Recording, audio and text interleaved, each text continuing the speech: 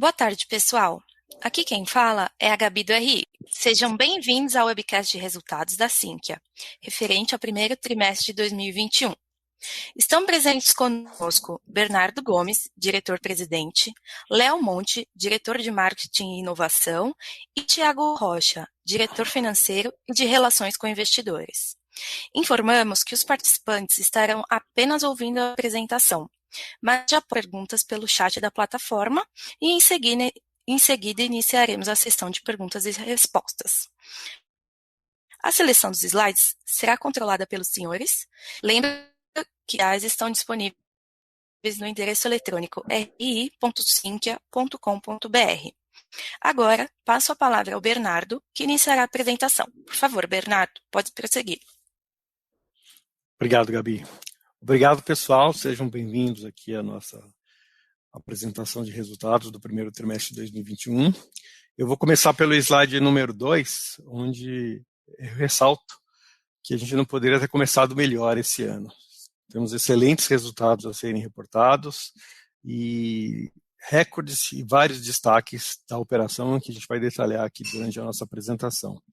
Eu começo aqui pelo desempenho financeiro, onde a gente mostra uma receita recorrente anual recorde de 227 milhões, um crescimento de 55% em relação ao mesmo período do ano anterior. Uma receita líquida que também foi recorde, 68 milhões, 40% a mais do que no primeiro trimestre de 2020. E quando a gente faz a receita pro forma, considerando todas as aquisições que nós fizemos no final do ano passado, mais as duas já feitas no início desse ano, a gente atinge uma receita líquida pro forma de 81,4 milhões, o que é um crescimento de 67% em relação ao primeiro trimestre de 2020. A receita recorrente também foi recorde, de 62 milhões, 51% acima do primeiro trimestre de 2020, e superando a casa dos 90% de recorrência. Atingimos 91,1% de recorrência, um índice impressionante e que nos deixa bastante satisfeitos. O EBITDA ajustado também foi mais um recorde, de 12,4 milhões, uma margem de 18,2%, e esse EBITDA foi 4 vezes superior ao EBITDA que a gente tinha reportado no primeiro trimestre de 2020. Aqui à direita do slide, eu falo de alguns destaques que a gente vai procurar desenvolver ao longo da apresentação, mas são eles as duas aquisições que nós fizemos agora no primeiro trimestre desse ano, e com essas duas aquisições a gente já conseguiu comprometer, utilizar 72% dos recursos que nós captamos na oferta feita em 2019. Então, estamos bastante satisfeitos em linha com o nosso planejamento de sequência das aquisições e de dispêndio desses recursos. Nós, com essas aquisições, inauguramos uma nova unidade de negócios, a Sinqia Digital, que visa atender com produtos que promovem a transformação digital dos nossos clientes em todos os segmentos. Então, é uma nova forma de a Sinqia colaborar com a transformação digital dos nossos clientes. Nós também implantamos o primeiro cliente de pagamentos como PSTI do Banco Central nesse primeiro trimestre. Avançamos bastante com a nossa estratégia de Open Banking, que a gente vai detalhar um pouquinho à frente. Obtivemos os primeiros resultados dos investimentos feitos em startups através da Darwin no BET 8. A gente vai detalhar um pouquinho desses resultados e mostrar que a gente também já partiu para uma nova fase de investimento, já investimos através do BET 9 em novas startups que vão beneficiar cada vez mais os nossos resultados em inovação e novos negócios para a Sinqia. Também anunciamos nesse primeiro trimestre uma parceria com o Distrito, que passa a ser mais uma fonte para que a gente esteja próximo a todo o movimento de inovação e de startups do nosso mercado. Eu vou passar a palavra agora para o Léo, que vai falar um pouquinho sobre a inovação e alguns desses destaques que eu acabei de mencionar aqui. Léo, com você. Obrigado, Bernardo. Boa tarde a todos. Realmente, nós tivemos um trimestre marcado aí por grandes avanços em relação as questões de inovação. Mas isso também está muito em linha com os avanços e as transformações que o mercado vem. E a Sinqia não vai ficar de fora desse movimento, ela não só vai acompanhar, mas ela também pretende liderar e fazer parte de todas essas transformações. Em linha disso, o primeiro trimestre foi marcado muito por conta desses avanços que nós tivemos, né, da estratégia de pesquisa e desenvolvimento e também de inovação.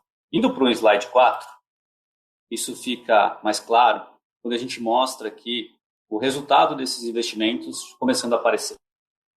Nós tivemos uma ampliação no primeiro trimestre de mais de 44% em investimentos em P&D. Todo esse investimento muito focado em todas essas... Senhores, pedimos desculpas mais uma vez. Passo agora a palavra ao Thiago, que vai dar continuidade na apresentação. Obrigado, Gabi. Boa tarde, pessoal. Bom falar com vocês de novo. Eu peço desculpa aqui pelo problema técnico que a gente teve. Tecnologia é complicado, né? Então, eu vou substituir o Léo por alguns instantes e se ele se juntar a nós novamente, eu devolvo a palavra para ele. Bom, só para retomar o ponto aqui, esse primeiro TRI foi um trimestre bastante importante para a gente no frente de P&D. A gente continuou intensificando os investimentos em pesquisa e desenvolvimento, visando a criação de novos produtos, visando a atualização dos novos produtos, e a gente teve aqui alguns resultados bastante interessantes. Os investimentos em P&D foram ampliados em 44% nesse primeiro TRI, na comparação com o mesmo período do ano anterior, e eu destaco que a gente vem conduzindo aí várias iniciativas paralelas com o objetivo de acelerar a nossa estratégia de SaaS. A gente tem um portfólio amplo de produtos, muitos desses produtos vieram de aquisições, e a gente tem se dedicado muito ao longo dos últimos trimestres para fazer com que todos eles caminhem para o estado da arte em termos de tecnologia, como entrega totalmente cloud, modelo de precificação totalmente SaaS. E esse é um dos principais avanços que a gente teve nesse TRI. Além disso, a gente tem uma entrega bastante interessante, que é um novo produto e um novo modelo de negócio por meio da prestação de serviços de tecnologia, o PSTI, homologado pelo Bacen. Hoje existem 7 empresas no Brasil que são homologadas pelo Banco Central, assim que é uma dessas 7. A gente já havia sido homologada lá no quarto TRI de 2019, e nesse primeiro TRI de 2021, a gente conseguiu aí implantar o primeiro cliente ainda de um produto de SPB na modalidade PSTI. Por que isso é importante? Porque é uma modalidade que nos permite ter um produto único, totalmente na nuvem e com uma precificação baseada em transações. A cada vez que um cliente do nosso cliente faz uma transação de pagamento, assim que recebe alguns centavos por isso. E a gente entra agora no segundo TRI de 2021 com mais um avanço que já está acontecendo, que é a implantação do primeiro cliente de Pix PSTI.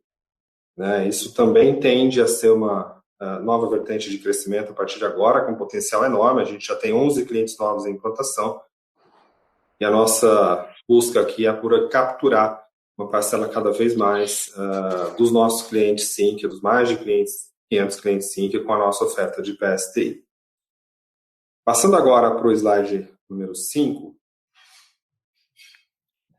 a gente também vem estruturando a nossa oferta de Open Bank, da mesma forma que os últimos 2 anos foram aqui no Brasil um ano de período de mudança muito intensa na legislação de pagamentos. 2021, o Open Banking é a bola da vez, e a gente tem nesse TRI uma entrega bastante interessante, uma nova oferta de produtos e serviços no mercado, totalmente focada no cliente que precisa se adaptar a essa nova realidade de Open Banking. Então, uma oferta que está composta aí por 3 produtos diferentes. O primeiro produto de consultoria, que é mais direcionado para ajudar os nossos clientes a fazer essa mudança regulatória, ou se adaptar a essa mudança regulatória que está acontecendo no mercado financeiro. Uma segunda oferta mais relacionada ao produto, passando pela adequação tecnológica de todo o ambiente do nosso cliente, para que ele esteja preparado para aproveitar as oportunidades que o mundo do Open Bank vai trazer para toda essa cadeia de serviços financeiros. E, por fim, produtos relacionados aí à inovação, ou seja, a conexão entre a Sinqia, os nossos clientes, as startups investidas pela Sinqia, visando construir um ecossistema aberto, bastante poderoso, bastante robusto, para que a gente consiga fomentar a inovação no mercado financeiro e, obviamente, a Sinqia protagonizar todo esse movimento a partir de 2021. Passando agora para o slide 6, a gente também teve nesse primeiro TRI um amadurecimento bastante importante na nossa estratégia de inovação aberta, né? Nesse momento, a gente já tem mais de 20 startups investidas por meio das várias iniciativas que estão sendo conduzidas pelo nosso time de inovação. E só lembrando aqui, algumas das teses que a gente veio trabalhando ao longo desse período foram as teses de inteligência artificial, o Bank as a Service e as plataformas de crédito, pagamento e recebíveis, que são complementares ao nosso negócio. Então, a gente já fez de forma indireta 20 investimentos. A gente tem mais de 90 startups no pipeline do nosso CVC, o Torque Ventures, nesse momento. E como o Bernardo disse há pouco, acho que uma das principais iniciativas que a gente teve ao longo desse primeiro TRI foi o Batch 9 da Darwin Startups, né? Nesse Batch 9, 6 empresas foram selecionadas. A gente teve participação no Batch e gostou muito do resultado dessa seleção. Algumas dessas startups têm uma conexão gigante com o negócio da Sinqia. E isso deixa a gente bastante animado para que, com o tempo, a gente consiga criar um pipeline aí de empresas que venham a compor o ecossistema Sinqia e, eventualmente, se tornar alvos de M&A no futuro. Eu queria só confirmar se o Léo já está na linha e se ele gostaria de reassumir a apresentação, Léo. Voltei, Thiago, obrigado. Eu acredito muito que você abordou todos os pontos. Eu só queria reforçar essa questão do sandbox.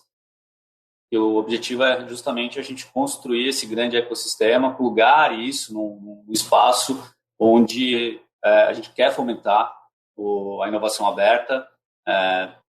Nós queremos que as empresas construam novos produtos, assim que ela vai utilizar esse arcabouço tecnológico também para acelerar a construção de novos produtos.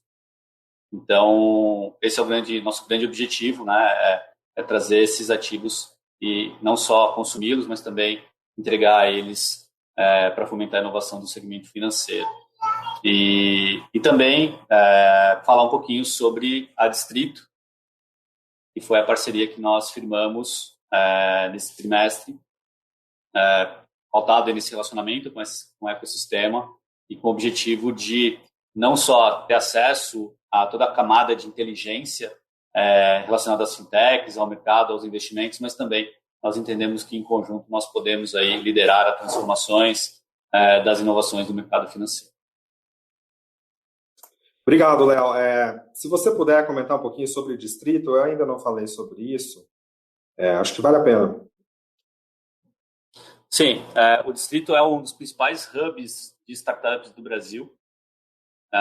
Junto com isso, eles têm uma plataforma de inteligência de mercado, então eles hoje são os principais catalisadores de todas as informações e tudo que acontece relacionado às startups de vários segmentos, né? Então, techs, health techs, retail techs, e nós nos aproximamos justamente para poder não só ter acesso a essa inteligência de mercado, ter acesso às fintechs, ao mapeamento das fintechs, ao que está acontecendo em tempo real com as fintechs, sejam lançamentos, sejam aportes, mas também a ideia aqui é juntos criarmos aí várias ações de transformação para fomentar e educar o mercado em relação às inovações do nosso setor, né, do mercado financeiro. Obrigado, Léo. Então agora, pessoal, passando para o assunto M&A, esse primeiro TRI foi um trimestre bastante movimentado para a gente, bastante interessante, né? A gente anunciou 2 aquisições que, na minha opinião, são 2 das aquisições mais legais que a gente já fez aí em 15 anos de consolidação do nosso mercado.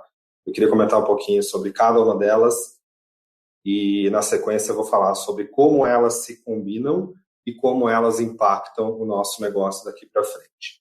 Então, começando pelo slide 8, a gente adquiriu a Simpli. A Simpli é uma especialista em onboarding digital.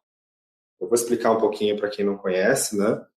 A relevância é que a gente traz um novo produto de onboarding digital, e esse produto ele faz todo o ciclo de entrada de um novo cliente ou venda de um novo produto financeiro dentro de uma instituição financeira. Então, só para dar um exemplo aqui, imagina que o Léo vai abrir uma conta no banco digital.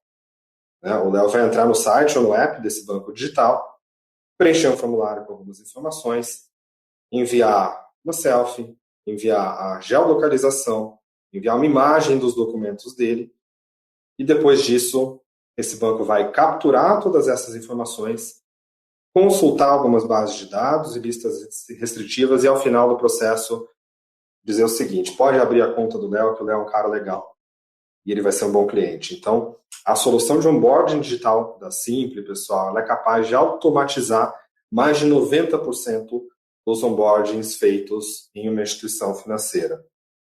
Até alguns anos atrás, ainda existiam instituições financeiras supostamente digitais que faziam essa captura de forma eletrônica, mas todo o back era um back manual, com pessoas capturando e tratando as informações.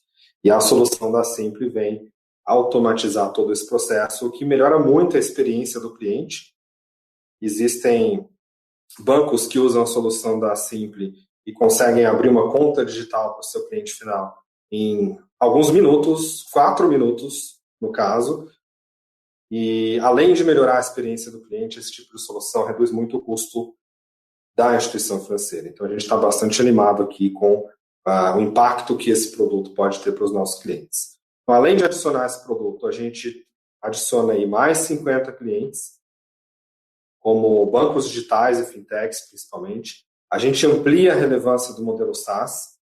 A Simpli é uma empresa praticamente 100% SaaS, com entrega da solução na nuvem, com modelo de precificação baseado em transações, ou seja, a cada vez que alguém abre uma conta digital em um cliente da Simpli, ela recebe alguns centavos por isso, o que dá uma dinâmica de crescimento e escalabilidade muito legal.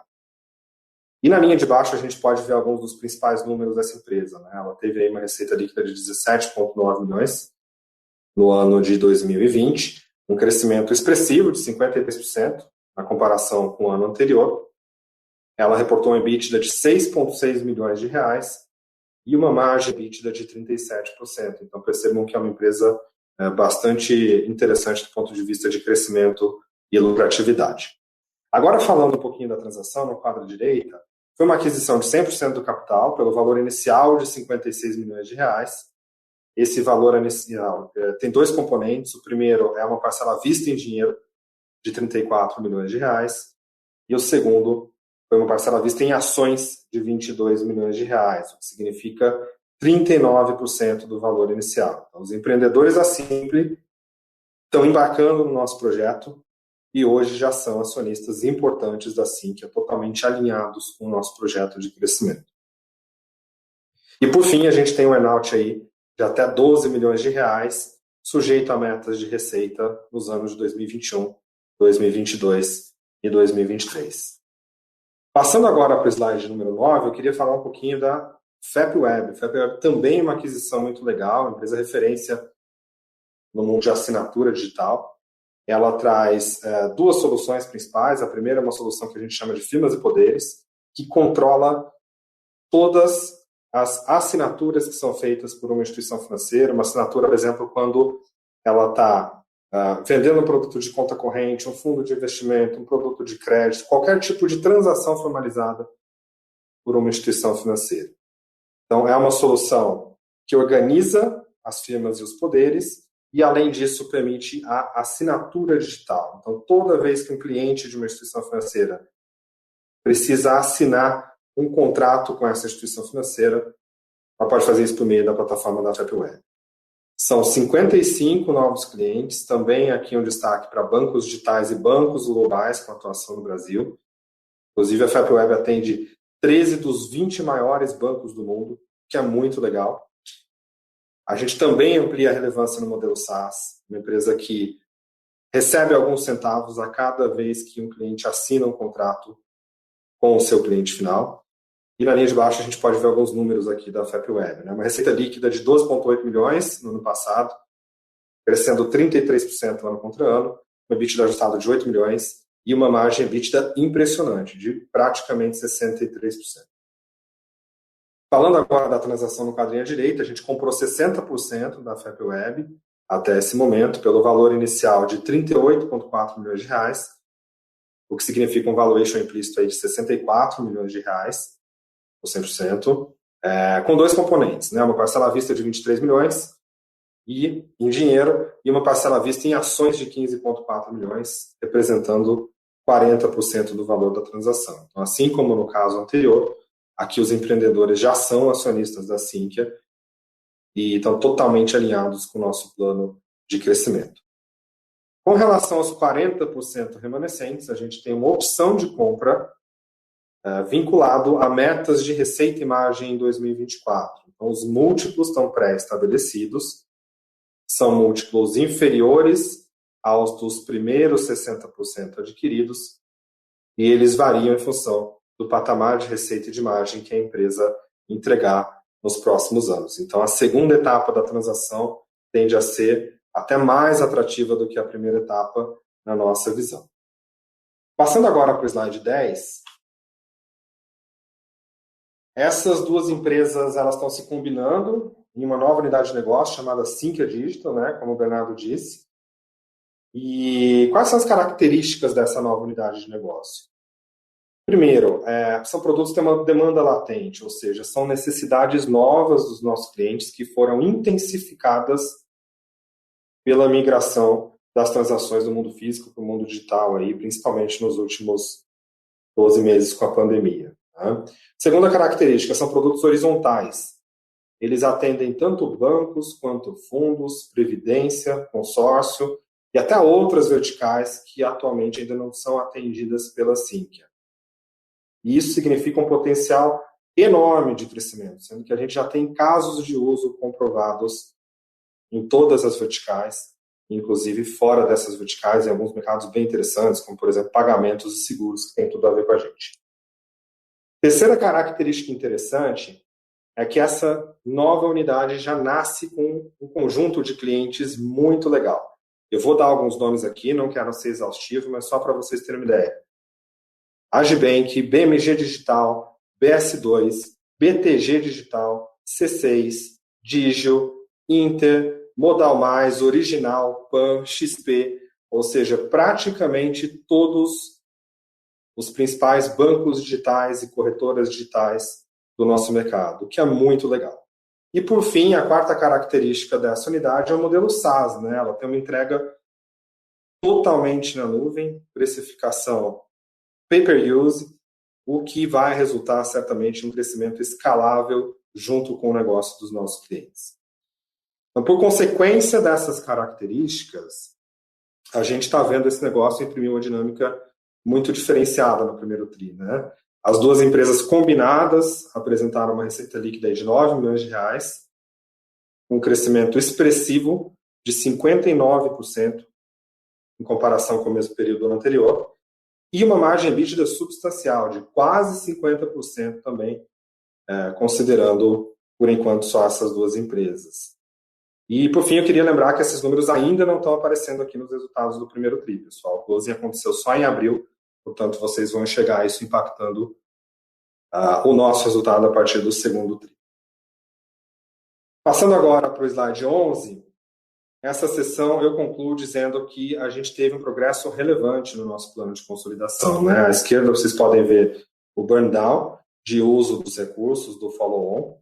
Nós levantamos 363 milhões de reais lá no terceiro TRI de 2019 e já comprometemos 72% desse valor com 5 aquisições realizadas nos últimos 8 meses, né? Então, depois de um pequeno atraso aí no começo da pandemia, a gente conseguiu alcançar o nosso objetivo de uso de recursos.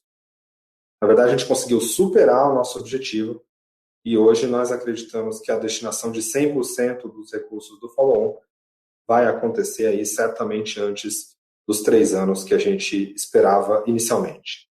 Mas não é só isso, né? Acho que tem uma outra coisa muito legal. A gente superou o objetivo sem comprometer a disciplina estratégica e financeira, que são marcas da Sinqia. Quem conhece a Sinqia sabe disso. A Sinqia é muito disciplinada como empresa consolidadora. Então, a gente entregou 5 aquisições super aderentes à nossa estratégia e a gente pagou um múltiplo adequado em todas elas. Estou falando de Tri, que expandiu a nossa oferta no mercado de bancos, com a solução de câmbio, da Frontis, no mercado de FDIC, da Itaú Soluções Previdenciárias, no mercado de previdência, e agora a Simpli e FEPWeb, compondo a Sinqia Digital. Passando agora para os resultados financeiros, no slide 13, a gente mostra um pouquinho da ARR de software, que alcançou um novo recorde de 227,2 milhões de reais, principalmente por conta do desempenho inorgânico. Na comparação com o quarto TRI de 2020, a gente teve uma adição total de 51,9 milhões, ou 29,7%, devido à consolidação da ARR da ISP. E na comparação com o primeiro TRI de 2020, a gente teve uma adição total de 80,3 milhões, ou 54,7%, devido à consolidação da ISP e também da Frontis e da Tri, que foram adquiridas no trimestre passado. Ainda na comparação com o primeiro TRI, a gente teve uma adição orgânica de 13,8 milhões de reais, o que significa 9,4% de crescimento. Isso mostra uma leve aceleração na ponta, porque no começo de 2020, a gente teve um churn expressivo que não se repetiu nos trimestres seguintes. Então, por consequência, a gente está mais uma vez próximo aí no crescimento orgânico de 2 dígitos em software e a gente espera que ele seja facilitado pelo enorme potencial de cross-sell que vem com essas últimas aquisições. Passando agora para o slide 14, a receita líquida total alcançou um novo recorde de 68,2 milhões, crescimento de 40%, com um desempenho muito bom nas 2 unidades de negócio. Em software, a gente teve um recorde de 51,3 milhões, crescimento de 47%, e aconteceu um avanço muito bom nas receitas de subscrição e um leve declínio nas receitas de implantação. Essas variações em sentido contrário, elas refletem um aprimoramento no nosso modelo comercial. Os novos clientes passam a pagar a subscrição na assinatura do contrato e não mais na instalação do software. E eles são isentados da taxa de implantação, ou seja, a gente está procurando reduzir o custo de troca percebido pelo nosso cliente. E nesse crescimento de software eu destaco aí as verticais de fundos e bancos, que estão em um momento muito favorável pela entrada de novas instituições, de novos players nesses mercados. E com relação a serviço, a gente teve um recorde de 17 milhões de reais, um crescimento de 24%, um avanço muito forte em serviços gerenciados e no desenvolvimento de soluções customizadas também. A gente continua observando muita demanda por serviços de transformação digital no setor financeiro, especialmente em bancos médios e seguradoras. E no gráfico à direita, a receita recorrente alcançou o recorde de 61 milhões, crescimento de 51% e passou a representar 91% da receita líquida. Um aumento de 6,4 pontos percentuais. E como o Bernardo falou, esse é o maior percentual de receita recorrente da história da companhia. Queria chamar a atenção aqui também para o fato de que esse é o 7º trimestre consecutivo de ampliação da recorrência, confirmando que a mudança no modelo comercial, promovida alguns trimestres atrás, gerou os resultados esperados em termos de aumento de vendas e também de melhoria do mix.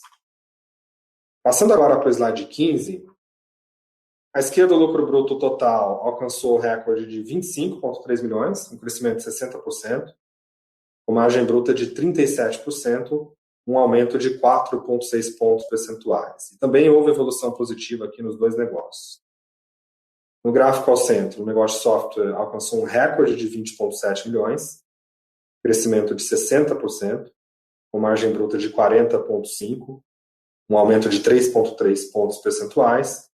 E esse resultado melhorou mesmo com o avanço nos investimentos em P&D, que o Léo comentou há pouco. Nós estamos comprometidos com esse avanço para acelerar ainda mais a integração e a atualização dos nossos produtos atuais e também o desenvolvimento de produtos novos.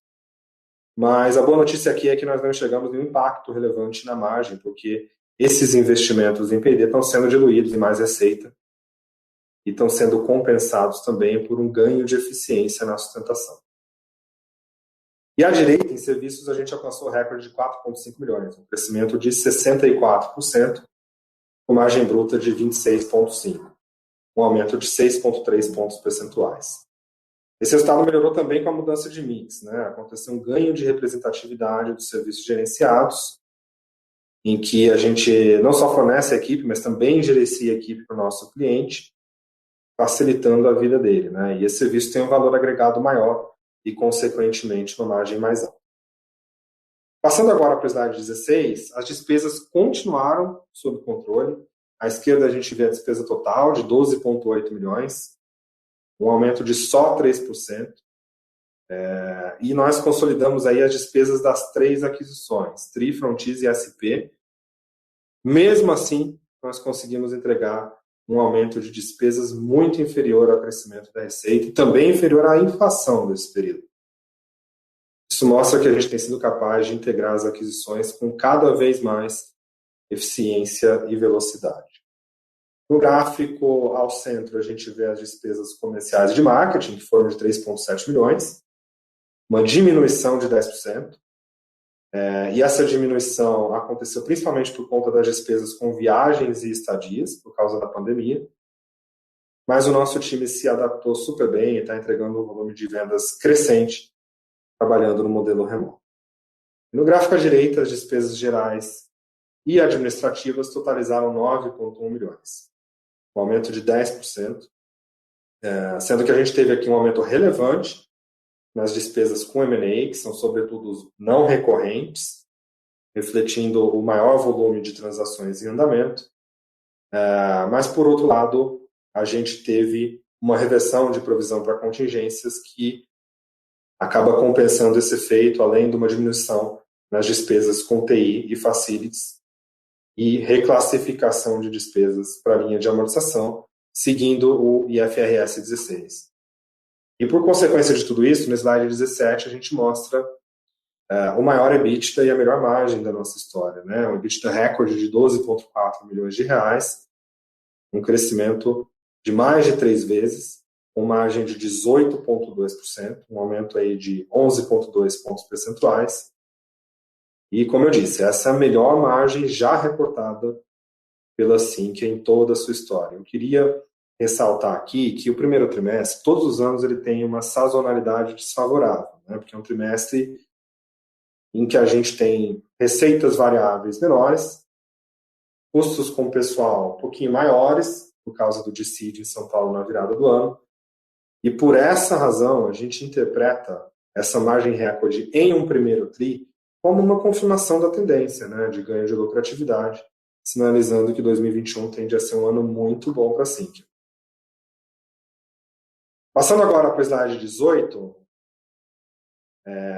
nosso balanço continua sólido, mas talvez a principal mensagem aqui seja que a gente tem tanta oportunidade no pipeline de M&A que é possível que a gente venha reforçar esse balanço em breve para dar conta de todas essas oportunidades, né? O nosso caixa bruto fechou em 234 milhões, uma redução de 87 milhões, porque nós pagamos aí a parcela à vista da aquisição da ISP e também recompramos ações para a tesouraria, sendo que parte dessas ações recompradas já foi usada quando nós fechamos as aquisições da Simple e da FapWeb em abril.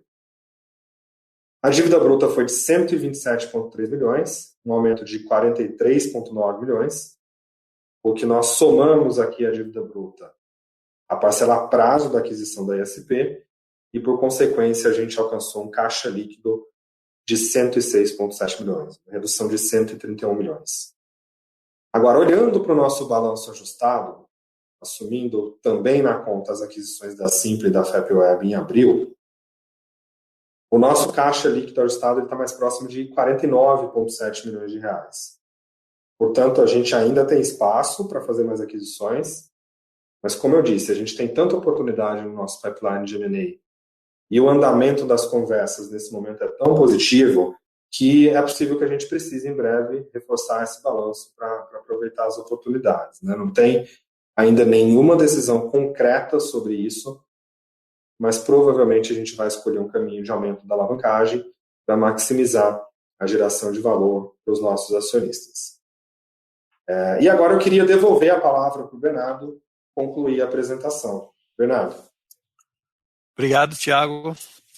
A gente vai passar agora para o último slide da apresentação aqui, antes das perguntas e respostas, que é o slide 19. E aqui eu quero reforçar que a gente acabou de enxergar aqui os excelentes resultados que a gente teve no primeiro trimestre de 2021, mas reforçar que a gente já é, hoje, muito maior e muito melhor do que a gente está vendo. Depois de a gente fazer 5 aquisições em 8 meses, é como se a gente estivesse olhando os resultados do passado, do retrovisor. E hoje a gente já é muito melhor. Só um exemplo aqui na receita líquida. Em 2020 a gente reportou 210 bilhões de receita líquida anual. Nesse primeiro trimestre, se a gente analisar a receita líquida dos 3 meses, a gente tem 273 milhões, mas se a gente fizer o pro forma, considerando todas as aquisições feitas nesses últimos 8 meses, a gente chega numa receita líquida de 325,8, quase 326 milhões. Ou seja, em 3 meses, do final do ano até o fechamento do primeiro trimestre de forma pro forma, a gente já cresceu 55%. É nesse ponto que a gente fala. Ótimos resultados, excelentes, mas o que a gente tem de realidade é muito melhor do que o que a gente está vendo. Tá? Porque é uma empresa muito maior e muito melhor. A gente, aqui os destaques da direita, a gente adicionou uma série de novos produtos no nosso portfólio, aumentamos a diversificação da nossa oferta para os clientes. Com isso, a gente alcançou mais de 500 clientes no mercado, reduzimos bastante a concentração, que já era pequena, mas ela se reduziu ainda mais com essa maior oferta de produtos e de serviços. Aumentamos em muito a relevância do modelo SaaS no nosso negócio. O nosso modelo SaaS aumentou do ano passado para agora 5 vezes. Isso fez com que a gente atingisse esse nível bastante grande de receita recorrente, superior a 90%. E expandimos a margem EBITDA, uma margem EBITDA que já é, olhando os números pro forma, superior a 20%.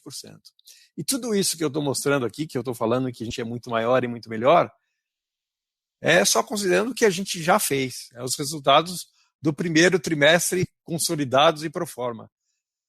Sendo que a gente ainda tem muita coisa para fazer. Com certeza, ainda esse ano teremos outras aquisições, novos investimentos através das startups, através da estratégia de CVC.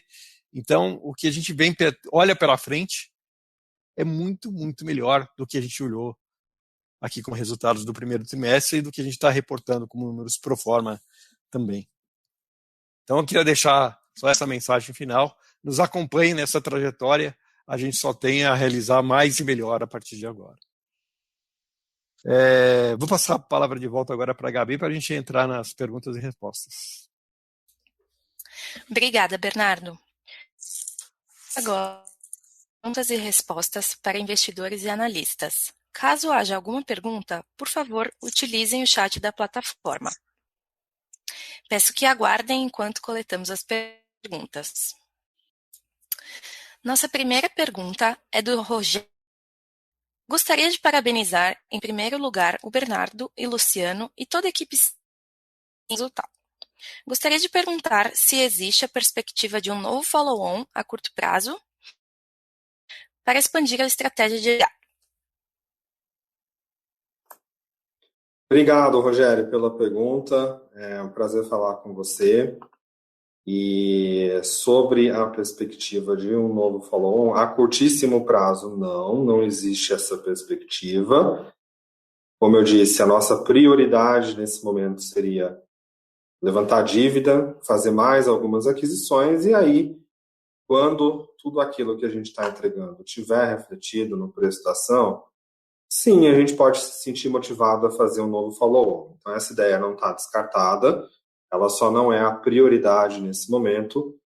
Mas como a nossa companhia é uma companhia aquisitiva e tem muita oportunidade ainda de M&A pela frente, é possível que a gente venha a falar sobre follow-on, sim, um pouco mais à frente.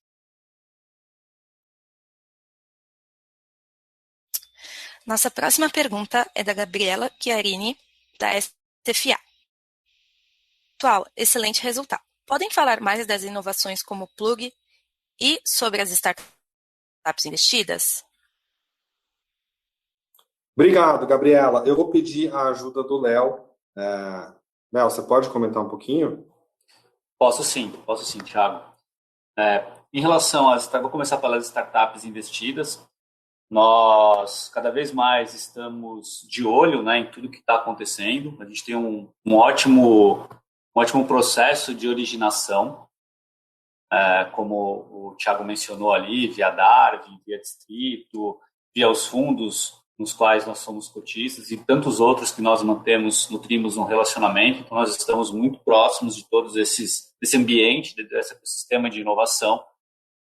E nós já temos ótimas opções mapeadas e, assim como o Bernardo comentou, nós pretendemos aí, já nos próximos meses, realizar os próximos investimentos esses que trarão para a Sinqia grandes avanços tecnológicos, grandes avanços no quesito de produto, e a intenção é, muito além do investimento financeiro, conseguir capturar os ativos, né, capturar sinergias para as startups, mas também entregar isso para os nossos clientes através da capacidade que nós temos de distribuição, né? Então, hoje nós temos aí mais de 500 clientes, somados agora aos clientes de Simplify Web, mais um monte de clientes. Então, assim, a ideia é que a gente consiga ser uma grande plataforma de distribuição de tecnologias inovadoras e também agregar novos serviços dentro do nosso portfólio.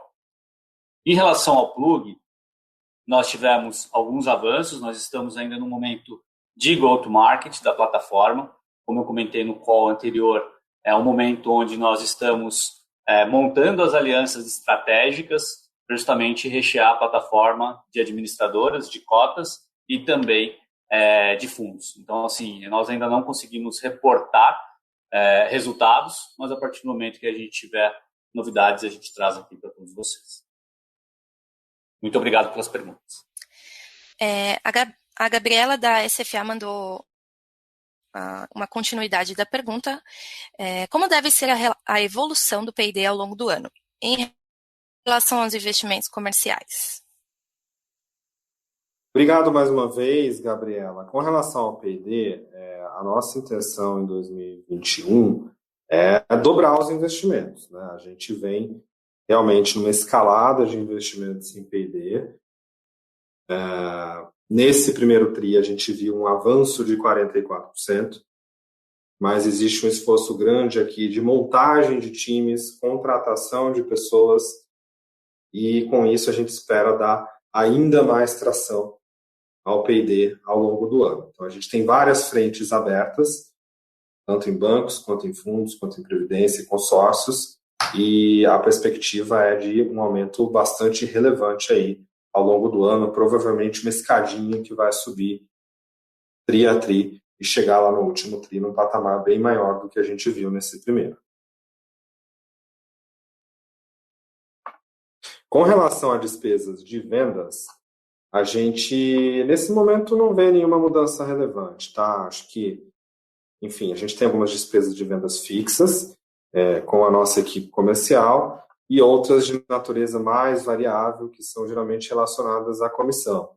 E eu costumo brincar que comissão é o único tipo de despesa que um diretor financeiro gosta. Então, para mim, quanto mais a gente pagar a comissão, melhor. Significa que a empresa está indo bem, significa que a empresa está vendendo.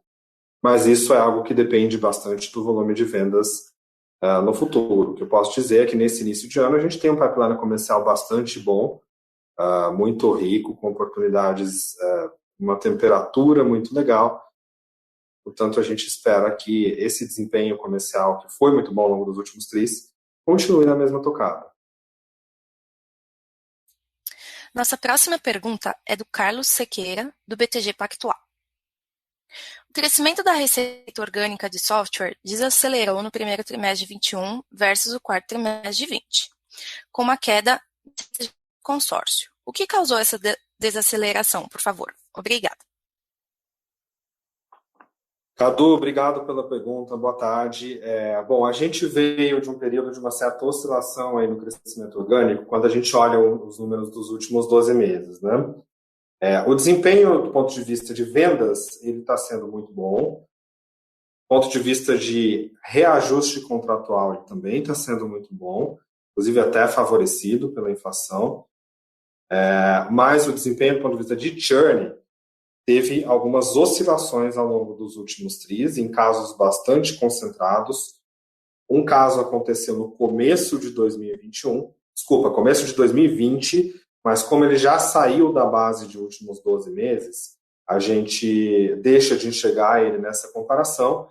E o outro caso que aconteceu foi mais no final do ano, foi um caso em consórcio, um cliente importante que deixou a nossa base, e isso fez com que o crescimento orgânico tivesse mais próximo aí do patamar de 9%. Então, nosso objetivo há algum tempo e continua sendo ter um crescimento orgânico de software na casa dos 15%. A gente entende que o desempenho comercial é suficiente para a gente alcançar esse patamar.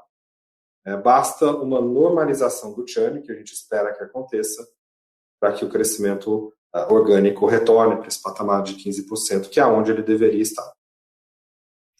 Peço que, caso haja alguma pergunta, por favor, utilizem o chat da plataforma. Nossa próxima pergunta é do Pedro Pimenta.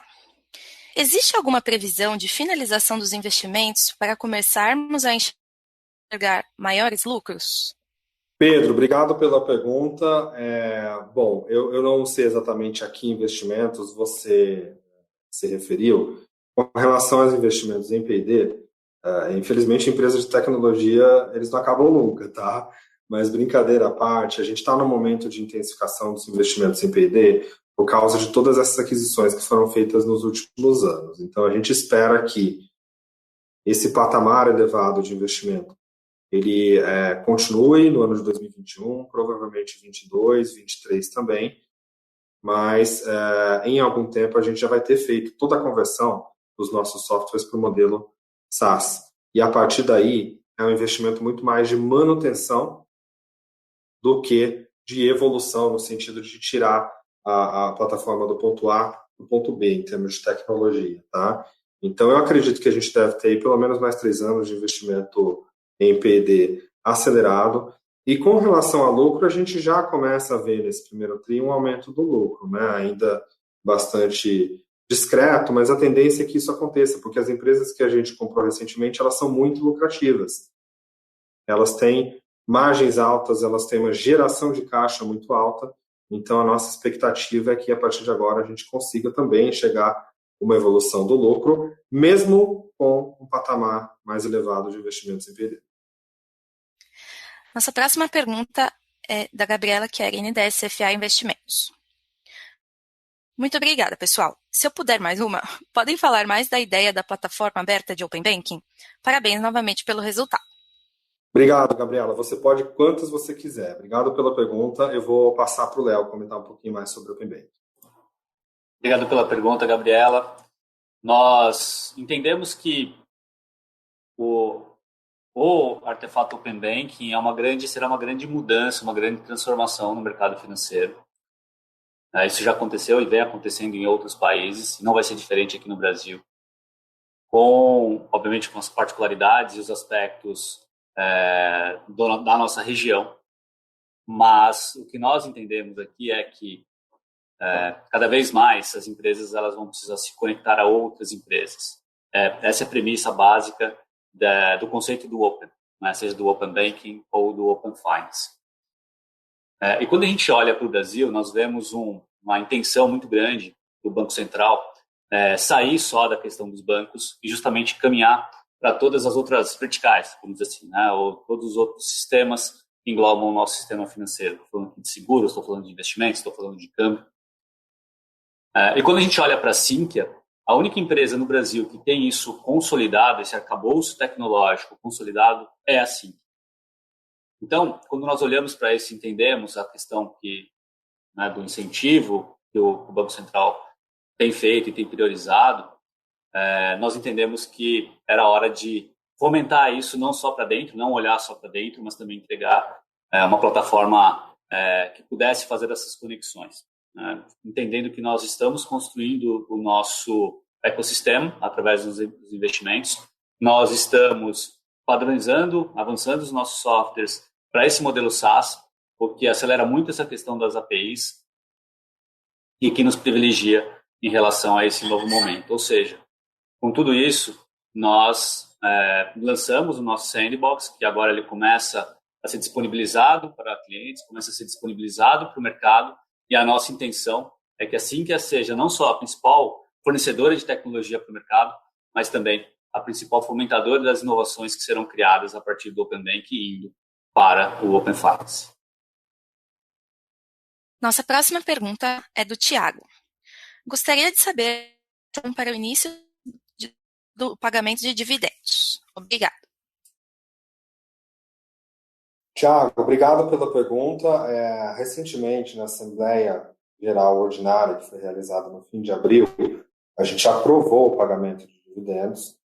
O cronograma de pagamento dos dividendos está disponibilizado no aviso aos acionistas, que fica no site da B3 e também no nosso site de RI. Então, com relação aos dividendos referentes ao lucro de 2020, a gente já tem essa previsão sim, ela foi divulgada no aviso, tá? Com relação a exercícios futuros, acho que isso vai depender bastante da evolução do lucro. A gente tem por política fazer a distribuição mínima legal, ou seja, 25% do nosso líquido ajustado, dado que a empresa prefere reter o caixa para aproveitar as oportunidades de aquisição. Peço que aguardem enquanto coletamos mais perguntas. Obrigada. Não havendo mais perguntas, gostaria de passar a palavra para o Bernardo para suas considerações finais. Bernardo, pode seguir. Obrigado, Gabi. Bom, obrigado, pessoal. Eu quero agradecer mais uma vez a participação de todos aqui na nossa teleconferência e deixar a nossa equipe à disposição caso vocês tenham alguma dúvida adicional. Muito obrigado a todos. Boa tarde. Obrigada. O webcast de resultados do primeiro trimestre de 2021 da Sinqia está encerrado. Boa tarde.